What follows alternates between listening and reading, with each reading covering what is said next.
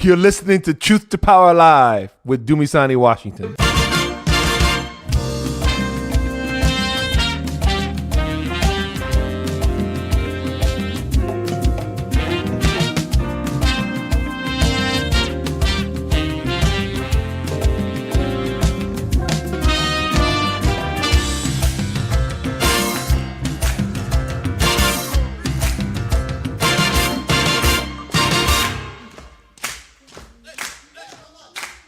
Ladies and gentlemen, it's Truth to Power Live with Dumisani Washington. I am your host, Dumisani Washington. Great to be here with you on this Sunday. What is this? October the 13th. It is my oldest child, our oldest child's 35th birthday. Shout out to our daughter, Miss Sarah Washington Goggin. Hello, sweetheart.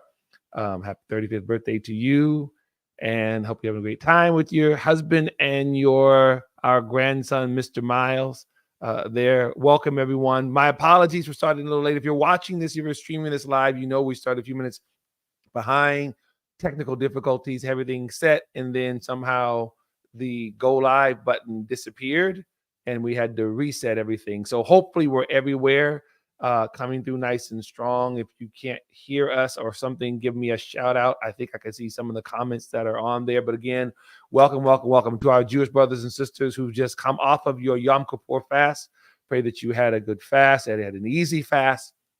And also pray as you are praying over your own nation and what's going on right now. As a matter of fact, there was some breaking news happening as we were coming online here, and we saw that there was a missile, a drone that was launched from Lebanon that struck and maybe have injured as many as 70 Israelis in a certain part of the country. I'm not sure exactly even will. I mean, it was just being brand new things that were going on here on our show here, the Truth Power Live with Dumisani Washington. We discuss lots of different things from the Bible, music, politics, culture, Black American community, current events, geopolitics, Israel, Africa, marriage, family, education, and everything in between. So you'll hear a lot of Israel, Africa stuff, Black Jewish stuff, family stuff, everything. And so we saw that going on. So I'm praying that all our Israeli friends are fine.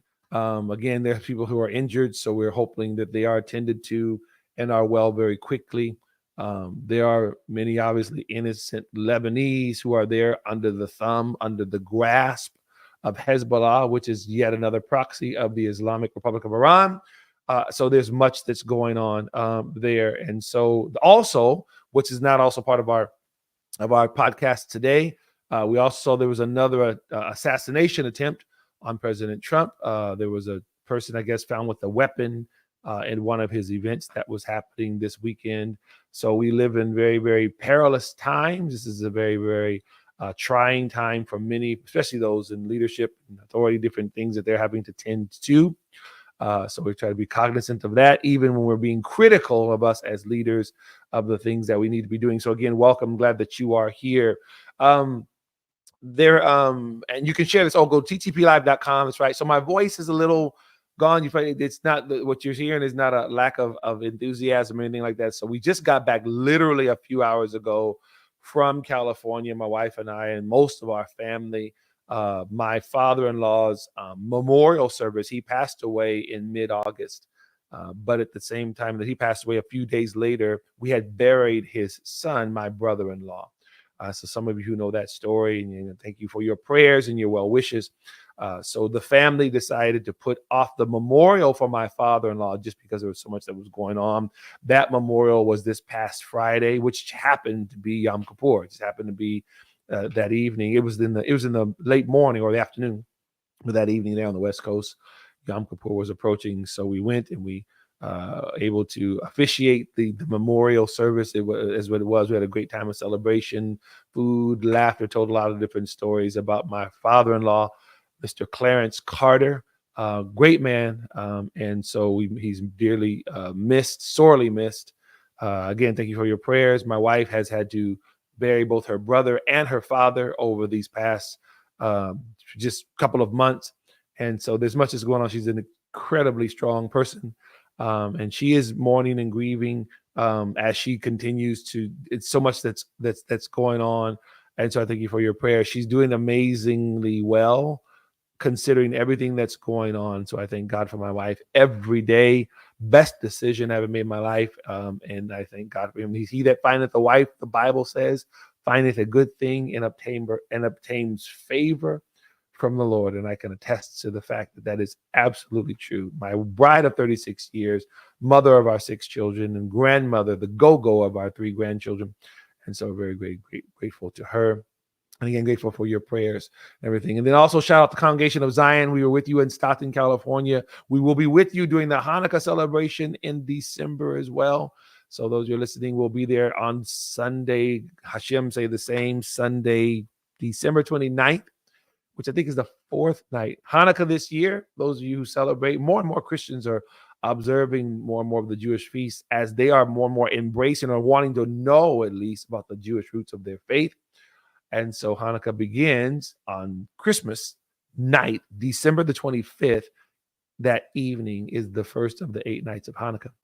But we are in the high holy days now, so the calendar just ended for Yom Kippur, which ended last night, and then we are 5 days away from Sukkot, the Feast of Tabernacles, time of great joy. So again, Israel is in the midst of the season, what it's called the Zaman Simcha, the season of our joy, and at the same time fighting an existential war, something that Jewish brothers and sisters know all too well, because it has happened so many times. I think often about that classic picture. I didn't bring it with me. I just think about it right now. I believe it was taken in Berlin. Some of you have seen that before, during the Nazi regime. And it was a Jewish family's home. You can see the picture in which they took a picture of the Hanukkah in their window. In the back, across the street, you can see the huge Nazi banners that are hanging down from the building across the street. So it's a beautiful picture and a tragic picture, right? That whole thing, right? I mean, it's like we're our colleagues will be in South Carolina in a conference called Turning the Tide on Trade Conference. You can, if you want to know more about it, these are Africans and Black Americans who will be coming together. And part of the discussion will be the slave trade, discussing that, how those of us of the African diaspora came here as we come together with African brothers and sisters, and we chart this course forward that has to do with trade and commerce and everything. It's an amazing thing. So IBSI, Institute for Black Solidarity with Israel, is involved with that. I didn't come prepared for that, Izzy. That's what I get for doing extemporaneous, right? But if you want to go to ibsi.org, you can get more information about the organization and even possibly about that event as well. At the very least, you can email about that. So again, the title, the topic here is Black Men Reject Kamala Harris and Barack Obama. And it's not just a title, it's actually a moment in time. And we're going to get into that. It's actually, we have a supercut for you. It's about an 8-minute long video. I'll cue it up when we get ready to. I'll let you know what's going on. But I'm going to let you hear some of these Black Americans in their own voices. I'll say some more about that. But as I get to go towards that, of the many things that happen in the media, I want to do this as well.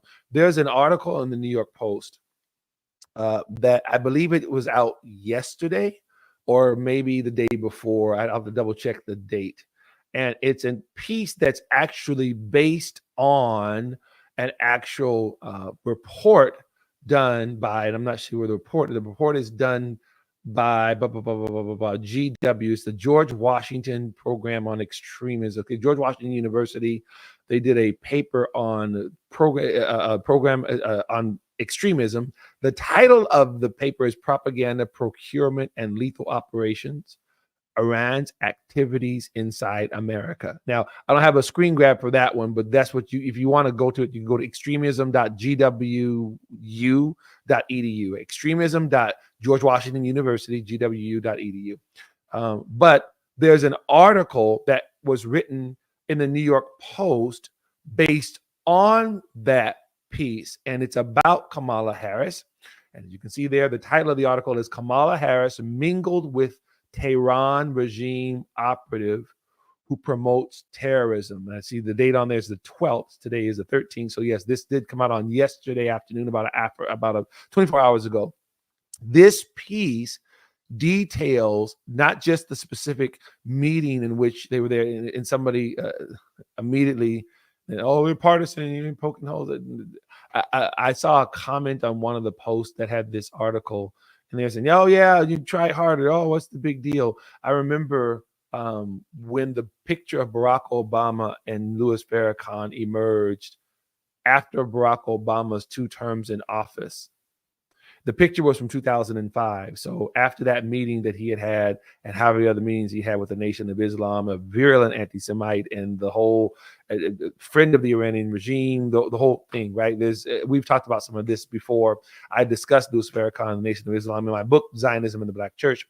Alan Dershowitz, who was one of Barack Obama's earliest Jewish supporters, was actually quoted in saying that had he known about that type of relationship, he never would have presented Barack Obama or helped present him to the Jewish community. And I think about that. There are things that people, for example, do not know about Kamala Harris that maybe if they knew, Jewish or not, they would consider going a little bit deeper. So from that article, again, and I'll see if I can like I said, some of my stuff got to reset a little bit when I told you I had everything loaded up, and then it wasn't loaded up. I had to load it back up again. But here, I'll show you the title, the screen again. Kamala Harris mingled. That's the title of the article of the New York Post. I'm going to read just a little bit of it to give you a gist of it, and I'll make a little comment on here beforehand. So the comment: Kamala Harris mingled with Tehran regime operative who promotes terrorism. Reading from the article: Iranian operatives in the U.S. fund and fuel hate on campus and spread propaganda across the country. And even, wow, a little pop-up right there, and even get FaceTime with friendly American elected officials, according to an alarming new report on extremism by George Washington University researchers, right? And so I don't know how this actually works exactly, but for those who can see this, I actually am going to drop the link to the George Washington University study in the comments there, so that you can have it there. I think that it just probably went to the YouTube channel. So again, you go to ttplive.com. We're streaming on YouTube. We're streaming on Rumble, of course, on X and on IG, everything. So it may have just gone there.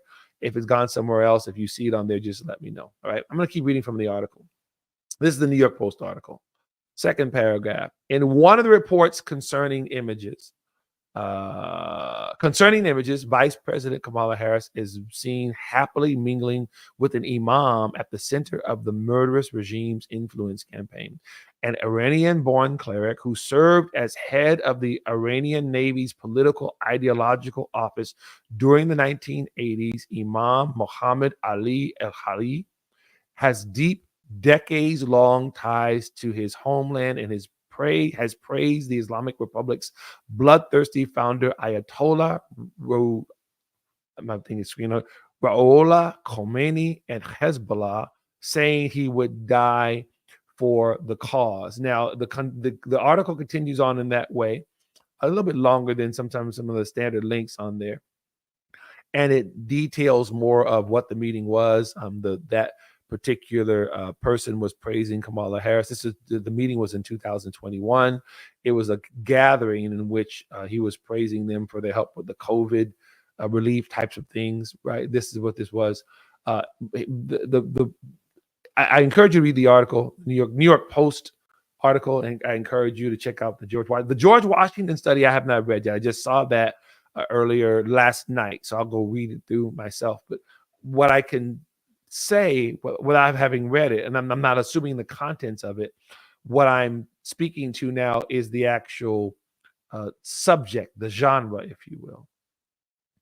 The title of the study is addressing Islamist influence within different levels of American society, government, education, everything. Episode 17, 16, maybe which one it was, I don't remember. We talked about that as well.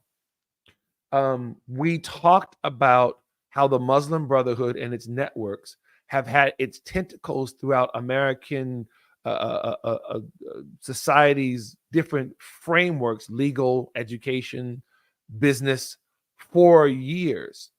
This would go back to the 90s. By the time you get to 2001, September 11th, the head of CARE, Council of American Islamic Relations, is standing right next to George Bush on the platform as he declares Islam as a religion of peace, because that was not the focus. Yes, nobody with a right mind, even though people were very, very, traumatized with the 9/11. And yes, there were attacks on Muslims. Absolutely, right? There had to be security given to protect people and their religious rights and religious liberties. However, the Islamophobia card got played by terrorists to keep American and other institutions, nations, from truly and thoroughly vetting, investigating all of those things, and separating those either Muslims in terms of lay people, or imams and clerics who did have ties to the Muslim Brotherhood, who did have some sort of even indirect ties to the terrorists and the planning of 9/11, and separate them from those who had nothing to do with it, who were as peaceful as anybody else. That's the game that's been played for the last quarter of a century. And this is also how student groups have been able to infiltrate our campuses across the country. Student groups, anti-Israel, quote unquote, pro-Palestinian student groups that also have indirect or direct ties to either terrorists or terrorist organizations. We talked about all those things. So this article, it talks about Kamala Harris's connection to this cleric, I believe he is, connected to the Islamic Republic of Iran, and who has a very, very violent history in terms of his ideology and his praising of the Ayatollahs, his praising of Hezbollah, which, as we were just seeing right now, just launched another drone. In Israel, has been hundreds of missiles, rockets, the whole thing, right? The Islamic Republic of Iran is no friend to the United States or to Israel or to the free world for that matter. But if you notice, it doesn't get talked about a lot as much as some of the other nefarious actors like a Russia, sometimes like a China. And I'm not belittling that. I'm just saying there's certain other actors that are hardly spoken of, and Iran would be one of them. So go ahead and check that out. I will be reading it some more. And again, I know there's so much that's going on in real time. Let me do this with you here now. The Barack Obama Kamala Harris situation is very interesting on many different levels. Number one, you have a generational thing happening. You have a younger generation of Black Americans who either were born. So Barack Obama was elected president in 2008, which is 16 years ago. He left office 2016, right, which was 8 years ago, right? Am I saying that right? Yep. So there are younger Black Americans, like some of our children. My oldest child is 35. My youngest is 24. My 24-year-old was was 8 when Barack Obama was elected president. She was born in 2000. 2008, he was elected. So my youngest child only ever remembered a Black president before Donald Trump was elected in 2016. What am I saying? The novelty of a Black person in the White House was not that for my youngest child and those born in her generation. Not saying that it wasn't a source of pride for many Black people and young people, but it wasn't the end all be all holy grail that we needed to reach when it came to the older generation who saw a Black man in the White House as some sort of definitive issue where Black Americans are concerned, some sort of validation for those who have been discriminated against, who historic oppression and slavery, Jim Crow. Although it represented a certain amount of both progress for the nation, but even more importantly, for those older Black Americans, it represented a validation, we have arrived, we have overcome type of mentality, if you will. Right? It's not like that for the younger generation. And my daughter, our youngest child, went to Howard University her first 2 years of college. And as I predicted to my wife, they're having conversations about Barack Obama, but in retrospect, because my daughter goes to school in 2018, and so he's been out of the office for the last couple of years. Trump has already been elected, and that's been a big brouhaha, obviously. But now they are having objective conversations, more objective conversations, not about Barack Obama and the pigmentation of his skin or his, nappy hair and he's a black man. They're having a conversation about policy, economic policy, criminal justice reform, geopolitics, America's it's foreign policy, right? What they're having conversations around that, and so they're listening to things like, "Oh, George Bush was a warmonger." They weren't alive when George Bush was the president, right? But now they're stacking this. They're measuring the stats with the Barack Obama and said he did worse. So they're actually seeing these things, and it's not taboo to say them.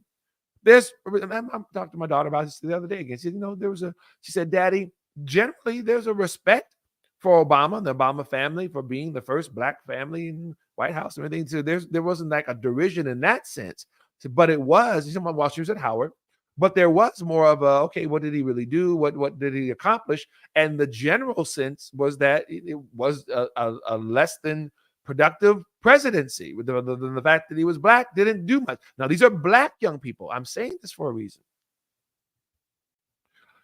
With the trauma in the United States that has been COVID, not just COVID, the actual virus, COVID, the politics, not just the vaccine, but the vaccine mandates, the controversy around whether or not they are effective, whether or not they've been harmful, all of those things, which we're not getting ready to litigate those things now. My point is that those types of things, the economic woes, the high inflation, Black Lives Matter and Antifa burning down sections of cities, and just the unrest, the women, Trump gets elected, and then the feminists put on the pussy hats, and everybody starts, it's just bedlam everywhere. See, my daughter, once again, my youngest, when she was in her second year, she was part of what's called at Howard the alternative spring break, and they were planning to do what they've been doing for decades at Howard University, go out to different parts of the country, sometimes different parts of the world, and go and make a difference somewhere. So they were planning to be in Oakland, California for about 6 weeks. I'm not really sure, and that whole thing got shut down. So much planning on it got shut down because of COVID. And the problem for them was that it wasn't just COVID and the scare of it, it was all the politics around it as well. They felt like they were being completely manipulated in terms of all the different things pulling at them. Some of those young people are going to be recovering for a while. So that's just a little overview. Why am I saying all that? I'm saying that now when it comes to Black Americans who particularly like the Black America, over the last 4 years in this administration, which includes COVID from the end of Trump's term to the beginning of Biden's term, the controversy around the election and black men this and black women that, and the LGBTQ issue in terms of children being transitioned as prepubescent little ones, and the stats that have come out that this younger generation has been pushing back on some of that LGBTQ thing, not because they've all become bigots, because they started to feel like it's always shoved down their throats all the time. This almost like they're saying, okay, we get it. Why do we always have to talk about somebody's sex or who they want to have sex with? Why is that always the end all be all? And why are you talking to this 6-year-old about his sexuality? He's a child. These types of things have been barbaric. We can get all into the level of suicide and depression among young people, highest that it's ever been in the country's history. So there's a lot of trauma happening. People are dealing with a lot. Kamala Harris is not a popular candidate. Even within her party, she polled at 0% in 2020. By the time the Biden administration, or the Biden campaign pulled her in, she wasn't really affecting anything poll-wise. They did it for a lot of their own reasons politically, just like they skipped their primary. So when Barack Obama emerges in a dictatorial kind of lecturing sort of way to tell Black men that they are a large part of the reason why Kamala is not doing well in the polls. And I'll show you this clip, this supercut. He got some push. I'm going to show you probably the longest supercut we've done in the history of our little history of the podcast, Truth to Power Live. But I want you to hear from them. So the first thing you see is a young man. I don't know his name. I shared this video before, but he's railing against those who are coming against black men for not warming up to Kamala Harris. And then you'll see Barack Obama and some of those comments. So I'm going to just let it play, and then we'll talk about it some more. There's a tremendous opportunity here in many different ways, but I'm gonna let it play on its own for now. Let's see. Man, until he wants to think for himself, until he wants to form his own opinion, until he stops seeing himself as a victim, and then he becomes the enemy. We have not yet seen the same kinds of energy and turnout in all quarters of our neighborhoods and communities as we saw when I was running. That seems to be more pronounced with the brothers. Barack Hussein Obama. Now that you get on a stage and try to bully us and belittle us, try to make the world believe that we're not intelligent enough, you're a liar. He berated black men, he rebuked black men, he even scolded black men, primarily because we will not fall in line and vote for Madam Lock-Up-Her Brother, Kamala Harris. Race does not make you qualified to be president. I am proud as a black man, based on everything we've been through in this nation. I'm so proud to see when our brothers and sisters elevate to positions of power and influence when they earn it. Because you could have beautiful black chocolate skin and be a complete disaster as a leader. Y'all kill me trying to shame people into a vote. Tell me what the you fist to do. You can't shame me. This is not high school. I ain't gonna vote for Kamala Harris. I think that she's gonna make a bad president. She's a bad vice president. Everything she does, she tries to politicize it, and she hasn't shown the fact that she wants to put America first ever. Secondly, I think that it's really sad that you would come out against black men and actually degrade them because they're not picking the person that you want them to vote for. They sent Obama back to come get us. I was highly offended when he said the only reason we voting for Donald Trump is because we don't want a woman in presidency. Yo, shut up. You don't speak for me. You don't speak for a lot of us. Out of here. You gonna bring Barack Obama. He gonna play us. Now you want to address us like brothers. I ain't been your brother. Where was you at 2008, Negro? You, Kamala Harris, and the Democratic Party. The small percentage of black men who were either going to vote for Kamala Harris or were leaning and undecided but leaning towards her, they're absolutely not going to vote for Kamala Harris. Now, that doesn't mean they're going to vote for Trump, but they're for sure not voting for her. So whatever their little plan was to like play in the emotions of black people or make black men feel like they can't make their own damn decisions, that backfired. It's all over the internet. Barack Obama, that was a bad move. You can no longer use race and religion to sway us into voting for some shit. We voting for policies. We will not be Barack Obama 2.0.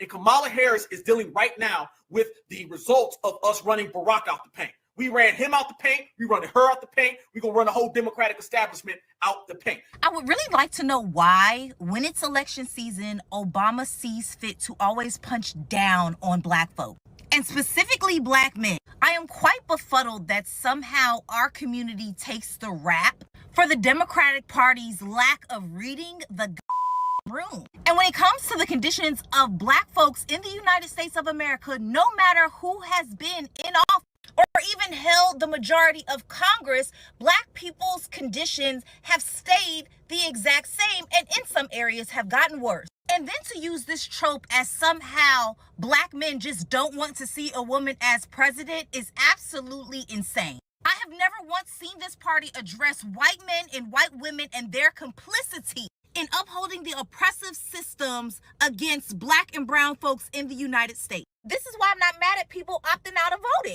because we have literally fought for the rights of ourselves and everybody else in this damn country, and still the finger gets pointed at us. Y'all can vote Kamala if y'all want, because she a woman or whatever the case may be. Y'all want equal rights and all that. But she jacking the sex changes. She about to decrease population. Y'all have fun with that. Do y'all thing.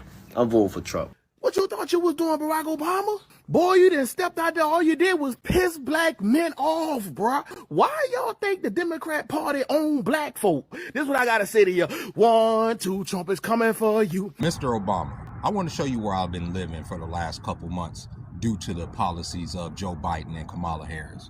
I live on the street, sir. There's my sleeping bag I'm using as a pillow. There's my bag. There's the mobile home unit, my transportation, and I'm sneaking outside my job right now so I can charge my devices here on my birthday, my 42nd birthday, so I can have some entertainment throughout the day. But yeah, you want to sit up there and tell me that I'm voting against my interests because I want to vote for Trump. At least during Trump's presidency, I had a nice apartment. I was on an upswing. The economy didn't just break my back. Barack.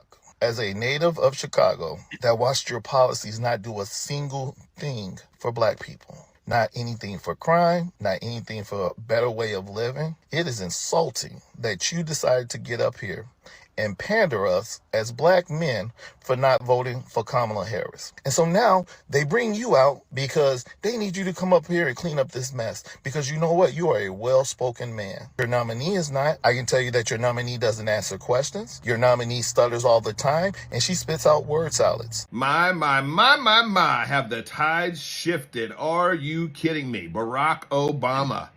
I didn't vote for you either time. I saw right through you back then. And unfortunately, so many of my black brothers and sisters, my own family, they couldn't see through you. But now they can. She's not pro-American. She's pro-illegal immigrant, period. Shame on you. This man is literally on the campaign trail for Kamala Harris. Joe Biden, the sitting president, isn't even on the campaign for Kamala. Yet we have Barack Obama doing campaign stops and shaming black men because they're not feeling Kamala Harris. They're not enthused about Kamala Harris. They're not enthused about what they've been hearing. They're not enthused about the past 4 years in this country. They're not enthused about Kamala wanting to pay for transgender surgeries for inmates. They're not enthused about her open borders. They're not enthused about the high inflation. What are we even talking about here? My ancestors fought far too hard for my right to vote in this country for me to support someone just because they look like me. Especially when that person who looks like me doesn't give a damn about me. Kamala Harris, throughout her entire political career, hasn't done a single thing for black people, black men, or anyone, actually, for that matter. She failed to secure the border. She hasn't created a single job. She is actually probably uniquely terrible at her job. You act like you own black people. You don't own me. I'm not voting for Kamala Harris. I'm not doing it. And a lot of black people are not doing it.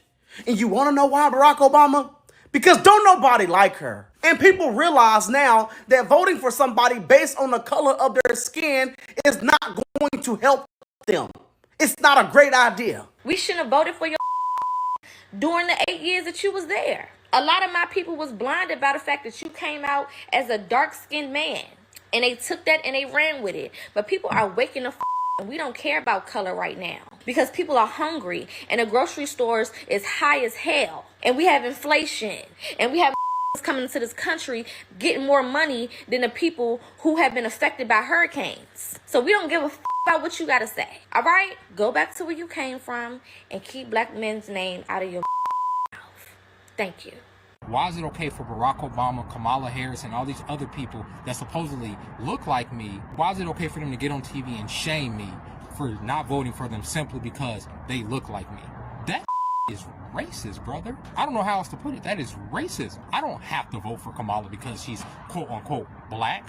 Just like I shouldn't have voted for your because you got up there, you tap dance for the establishment, and you ain't doing for the black people that put you in office. Love the black man until he wants to think for himself, till he wants to form his own opinion, until he stops seeing himself as a victim, and then he becomes the enemy.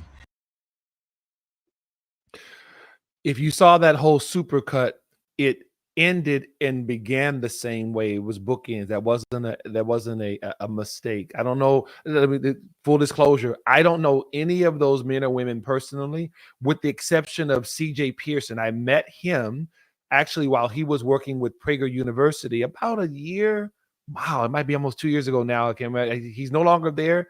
I think he returned to his native Georgia, and he's running for local office there, I believe. So shout out to you, CJ. Again, I don't know. I met him, but that's the only person I'm saying that. I don't know any of those people. And that was random. That supercut was about 8 minutes. I could easily do one that's 30 minutes or an hour, and without ever repeating myself. It is all over the internet. As one of the young ladies said, and young men as well, that it's actually, and I want you to see this. They were all African-American. I don't know all of their ancestry if they came from islands or anything like that, but they're all African American. I'm assuming that they're voters. It was multi-generational. If you saw the video, you saw older men, younger men, mostly men because Barack Obama addressed the men, but I had a few ladies interspliced in there too because many Black women have also taken great umbrage at it. Right? One of the ladies was saying that here is Kamala sagging in the polls or whatever is going on, and there's all kinds of reasons, substantive. That's why we left in the cut. Some of those videos that we actually just edited from, and I don't have all of their names, but if you go to my personal X page, there's a thread that's there that has all of those videos. So if you want to look at them yourself, where our team is probably going to make a different type of supercut, but this one that you saw, it will be available on the podcast. If you listen on the podcast, you already got it. Right? But I wanted you to see and check out. If you have, go back and look at it again. If you're listening to this on the recording and not live, look at again the age range of these different individuals. Some of them were obviously either Republican, maybe had been Republican for a while. They had their MAGA hats on. Some of them were Democrats and were supporters of Obama up to a certain point, but all of them had in common a resentment. Some of it was virulent. Yes, we beeped out because some of the language was very spicy, as they would say on the cartoon. And some were just, they didn't use any intense language in that sense, but what the intensity was the message. What you were hearing was a pushback that Barack Obama and his handlers were not expecting. I could have told them and saved them a little bit of time. Not only were they expressing a resentment for Barack Obama coming and acting like, what is that saying? Pissing on me, acting like it's rain. See, they're expressing, here is the economy, here's the reality, and here's what we already know about this candidate that you have now. So we are already not feeling her. Right? So what they're saying is that on top of us already not feeling, you're going to come, you, Barack Obama, who lives in Martha's Vineyard and other mansions that you have in other parts of the world, and it has become a referendum on the Obama administration. Did you notice that? They came for Kamala, but they also came for Barack Obama, sometimes even more so. One of the young ladies said, we should have never voted for you. So what were they saying? They were going, okay. One guy had said, this was another video. This wasn't a part of the thing. He was saying, basically, I'm going to paraphrase it. If Obama had kept his mouth shut, and even if Kamala wasn't going to win, if she was really struggling, or campaign for her, but not make it about the Black folk and the Black power and the Black power, if he wouldn't have done it that way, he wouldn't have gotten the smoke. But he did. He's blaming Black men for the fact that, one of the guys said, many people don't like Kamala. Now, she's still going to get a majority of the African-American vote. But what's happening here, and nobody knows how much because I don't know what those polls actually say, is that it is shaping up to be less and less of the African-American vote. The Black American community has been voting into the 80 percentile for the Democratic Party since the 1960s. Malcolm X is one of the reasons why he blasted. He said, you call them political chumps and traitors to the race. That he wasn't a Republican. He was just saying between the two, he said the liberals are way. He said the white liberals are the most dangerous person in the Western Hemisphere. This is what he's saying, especially to other Black people. He said the white conservative, he said his racism is blatant, right? Don't you call him Negro or whatever. He said, but the liberal racist smiles and acts like he's helping you. He said that's the more dangerous one. So when he saw the Black vote shifting to the Democrat Party, Malcolm was angry and saying, why are you guys giving the lion's share? Again, he wasn't campaigning for the Republicans. He had some pretty coarse things to say about the Republicans as well, but he was saying between the two, don't give your lion's share to what are you doing, right? So this kind of discussion has been going on for a very, very long time. All week just getting started. Well, we have a little time, but I got to unpack a couple of things here. So what you are hearing is anger, frustration, pain. And I mean pain like all a boo-hoo baby kind of quick. I'm saying for some of them, it's making them go even deeper to Obama's legacy, which is not, Obama was not counting on that. Not only are they telling him you need to be quiet, they're also saying, and what the hell did you do? See that? Wasn't expecting that. You what are you? So you're gonna come and tell us what to do, but you're rich. And if you notice, some of those other comments were from people who maybe did vote because of color before. They said, "I'm not voting for someone because of their color." With Bassett, we are about several of those takes were like policy, policy, policy. Yes. Why? Because once you become unpredictable in your vote and you actually challenge politicians and you actually delve into policy, then they have to have real conversations with you, which brings me to my next thing. Because this is going to be going on for a little bit. I want to, because there's several different things that this touches on, because this is a moment that's happening here. If these things continue in this way, and it's looking like the Trump could get something between 12 to 15 to some 20% of the black vote, depending on how, especially the black men, but it's not just black men, black women. Again, the majority is going to go to the Democrat Party, is going to go to Kamala Harris, but it seems as though Trump is in position to receive the largest portion of the black American vote, probably since Richard Nixon back in the 70s. So here, the moment in time that we have that we're viewing this is a great shifting. I tweeted earlier today, or posted earlier today, that the two ethnic communities that vote most for Democrats are Jews and Black Americans. Jewish brothers, sisters, 70% plus. African Americans, 90% plus, particularly during the Obama years. We may be poised to see the Democratic Party get the least amount of Jewish and Black vote in a generation. This is where we are right now. Not that all of them are going to vote, those who don't vote for Kamala Harris are going to vote for Trump, but there's a lot of disillusionment there. Yes, much of the Jewish disillusionment has to do with how this administration has been lethal for Israel. Oh, they've been a friend. I'm going to say it like I told our congregation as I was preaching yesterday.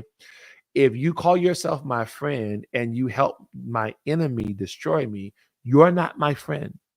You're actually worse than an enemy because you're presenting yourself as a friend. How are we going to flood with sanctions relief billions of dollars into the Iranian regime, who's responsible for the warmongering that's coming at Israel, and then say we stand with Israel? See, I've talked about that before. I'm going to get to that right now. So this here gives us an opportunity, and I'm going to say it this way here. One of the things that I've had to do over these last several weeks, now this is the spiritual part, and I'll go back to the other part, that what God has really laid on my heart, another level of dedication to the plans and purposes that are mine. Everybody has their own journey. Everybody has their own impetus, what their life, much of what their life is. And in December of 2012, though I had been an Israel supporter all of my life, and very proud of my Black American heritage, love Africa. That had been a love of mine since the 1990s when I was in my 20s. At the Western Wall, I felt commissioned by God to later on form what became the Institute for Black Solidarity with Israel, and then later on write the book Zionism in the Black Church. So I'm saying this for a reason. There's been that, I just really feel God placed in my heart I'm a recommitment, a refocus to that calling on me. It's a lot of reasons how we move from the West Coast to the East Coast. I mean, we're so involved in these different things that we do, where Israel, where Africa is concerned, where Black and Jewish community is concerned. Why am I saying that? I'm often asked why there's such anti-Semitism in the Black community. And I always have to correct the question because the premise is faulty. Is there anti-Semitism in the Black American community? Yes. According to an ADL report back in the 90s, and I quote this in my book, Zionism in the Black Church, is it higher than in the levels of anti-Semitism higher in the Black community than it is in other ethnic groups, Asian, Hispanic, white? Yes. And if I'm not mistaken, it's something like in the late 90s, it was like 17%. And I don't know how the ADL measured it. Abe Foxman was over it at that time. And I don't know how they actually did the rubric, but it was 17% or something like that in the Hispanic community, for example. And then like 23%, right? So it was not, gargantuanly higher, but higher. It was consistently higher. And what I would do is I take it as a teaching moment, particularly if I were preaching or lecturing, right? Whether I was in a college, synagogue, or whatever, or talking with even Black American pastors and leaders, that one would need to understand what they're saying. First of all Black folks are not anti-Semites. That becomes the hype. I tell my Jewish friends, just like there's all kind of tropes and things that are thrown at you that people believe about Jews that aren't true. Guess what? That happens to us as well, right? And the loud voices like the Louis Farrakhan's, who's been an anti-Semite for decades, and we have all the receipts. And I know some of the nation, they've all, oh, you're not anti-Semite. The man literally stood there several years ago. I'm not anti-Semite. I'm anti-termite. He's a Jew hater. That's who he is. Why he does it, I don't really care. So people look at those types of things. Say that's the Black. He's not the Black community. Does he have influence in the Black community? Maybe not as much as he did maybe before, but he has great respect from a lot of people in the Black community because a lot of things that he's done within the Black community that are actually good in terms of, I've talked about all these things, helping prisoners and all that kind of stuff, right? So, but people assume it that way. But there are other reasons why there are higher levels. Dr. King was addressing some of it in the 60s. Now we're talking about anti-Semitism, and we're going to connect it to anti-Zionism in the Black community. There's a long tradition of spiritual Zionism in the Black community that actually goes back to the beginning of the slave history here in this nation. That's why the Negro spirituals and all of those things. And there's a national affinity there when it comes to Israel and the Jewish people. It's been there for centuries. Goes back to Africa, right? I told you the whole Queen of Sheba traveling to visit Solomon 3,000 years ago in Jerusalem. But there's also the political reality. For decades in the United States, and some of my liberal friends, followers, colleagues are not going to like this, I got to tell you the truth. The left has been harboring this simmering anti-Israel, anti-Semitic, institutional, systemic vibe for a long time. When we talk about the capture of our academic institutions and the anti-Zionism that's taught there by faculty and the money that floods in from Qatar and China and all the curriculum and all the Students for Justice in Palestine, who do you think controls those institutions? It's not the Heritage Foundation. It's not the Republican Party. It is controlled wholly by the left. The anti-Zionism, which often has all the other leftism stuff, the socialism, the communism, the anti-Western, anti-democracy, it is part and parcel of what has become leftist politics and academia in our country. It is locked. This is why you have a women's march that becomes an anti-Zionist march, a Black Lives Matter march that becomes an anti-Zionist march, and on and on and on. Why? Because they see it as an intersectional kind of cesspool of what has to happen. If you are a good social justice person, you're against Israel. That's been true for a long time. What's my point? Remember when I told you that Black Americans have been voting 80 to 90% for the left party for decades? No. It's not because Black Americans, like anybody else, agree with all the tenets of what happens in the Democratic Party, but some 70% of African Americans are for school choice.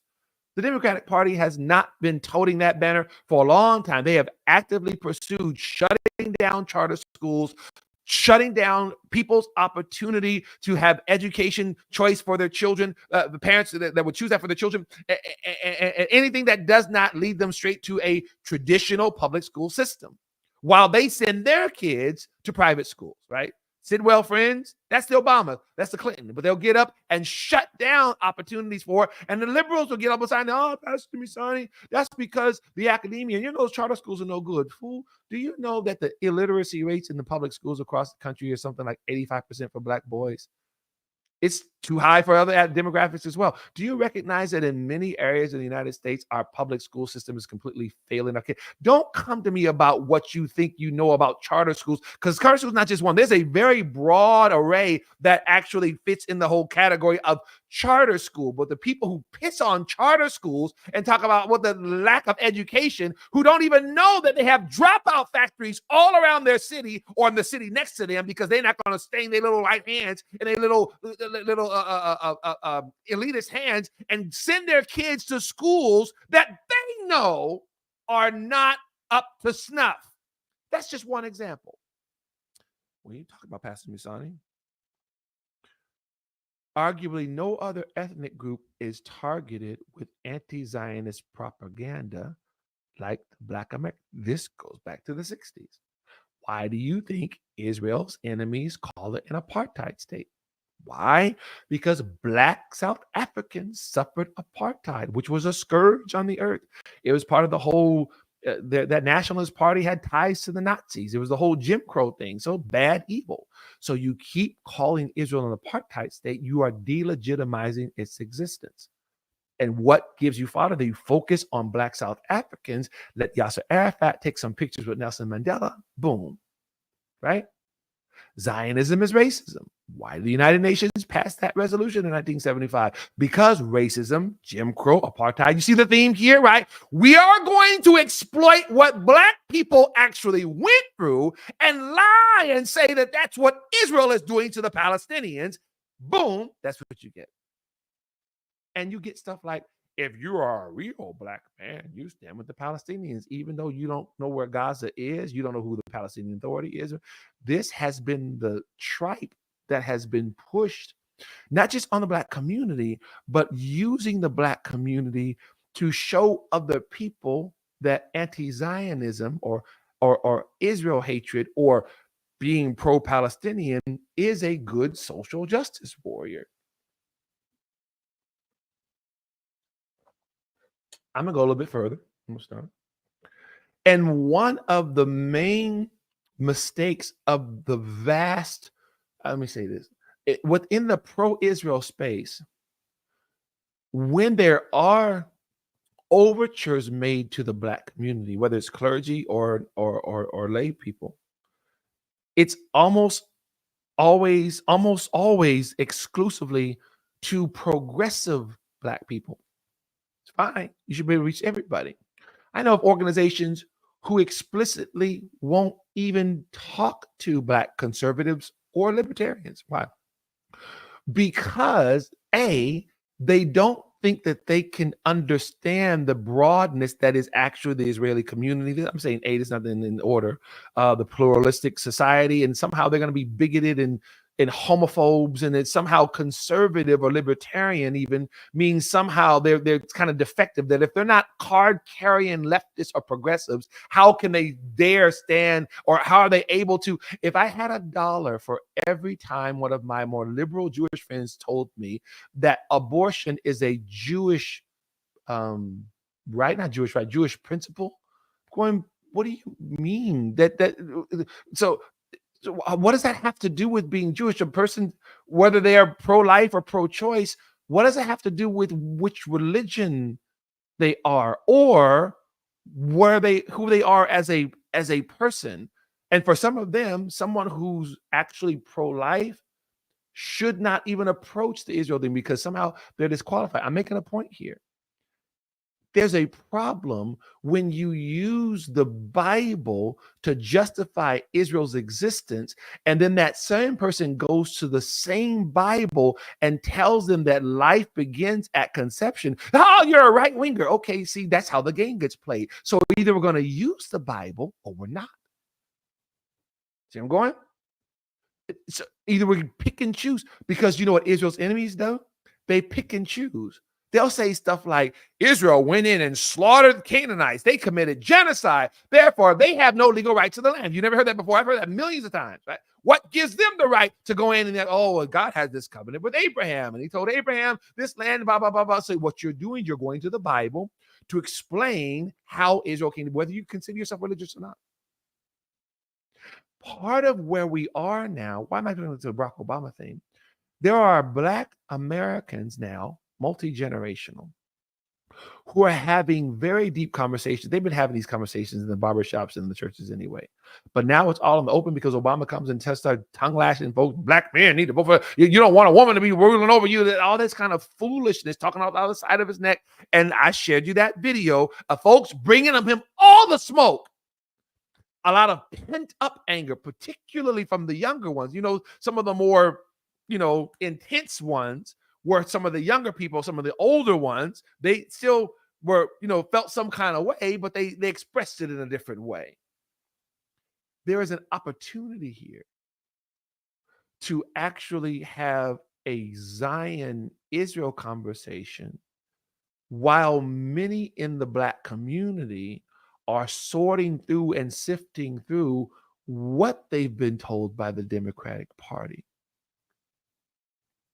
They're actually those who've been loyal for generations to the party.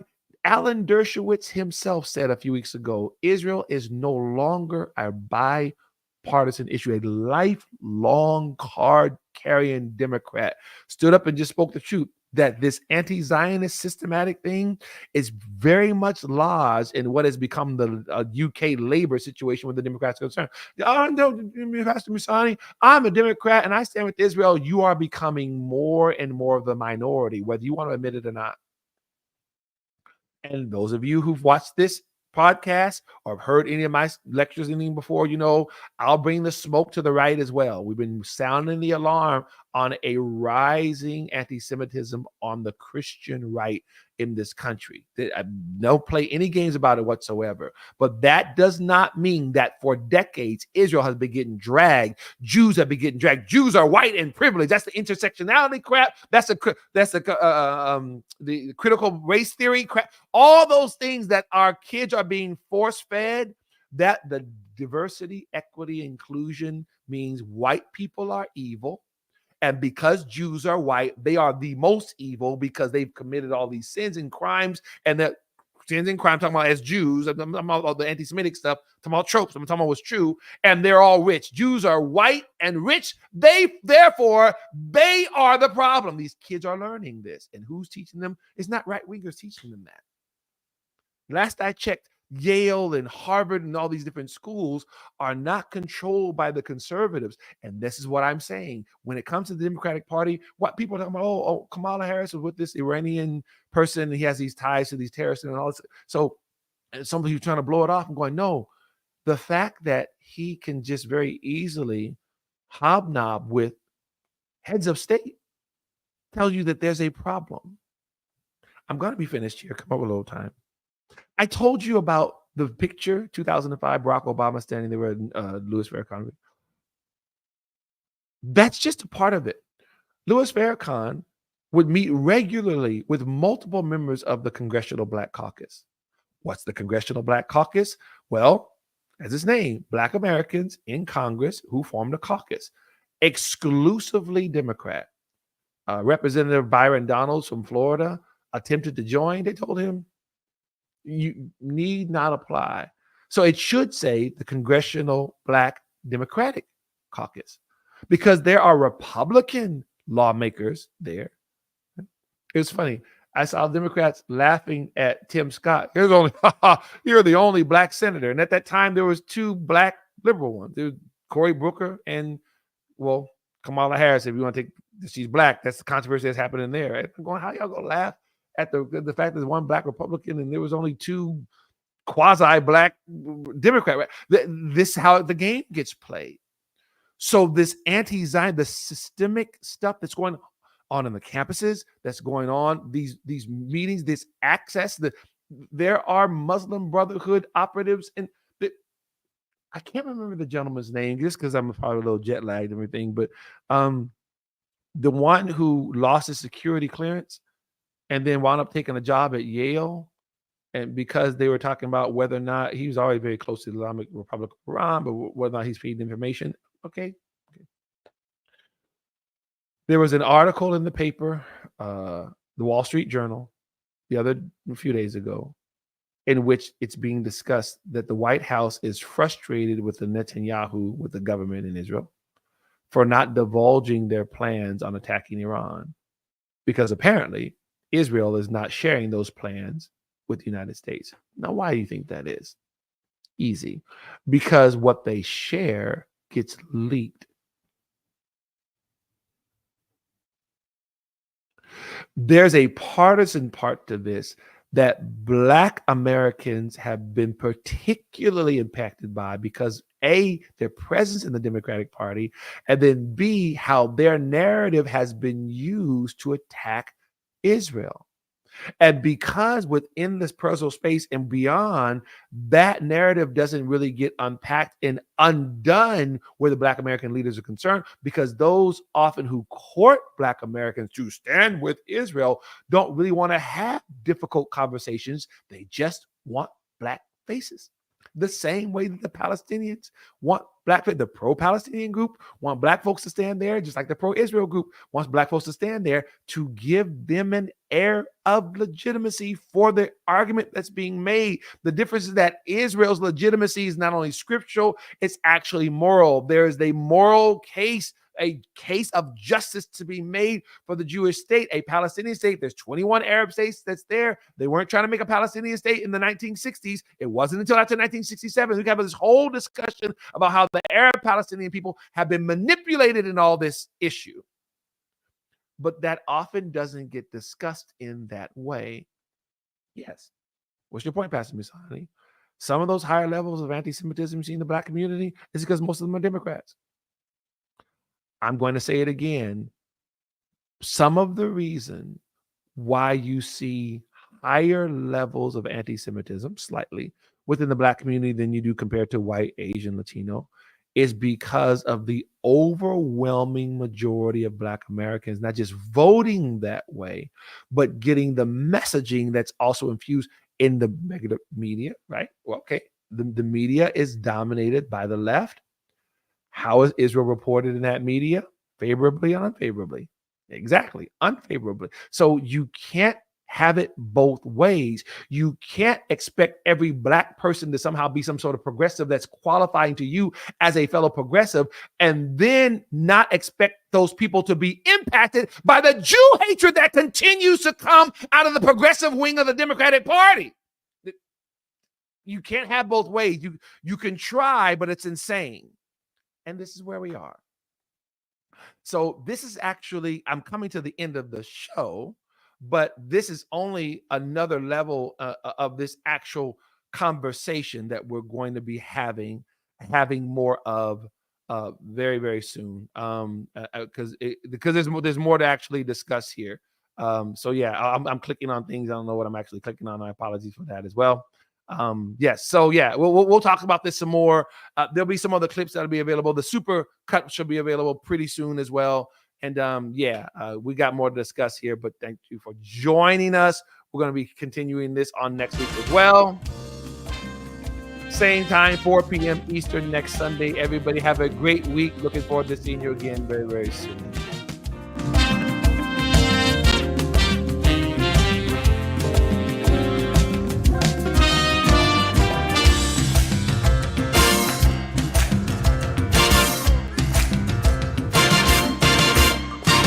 Truth to Power Live with Jimmy Study Washington.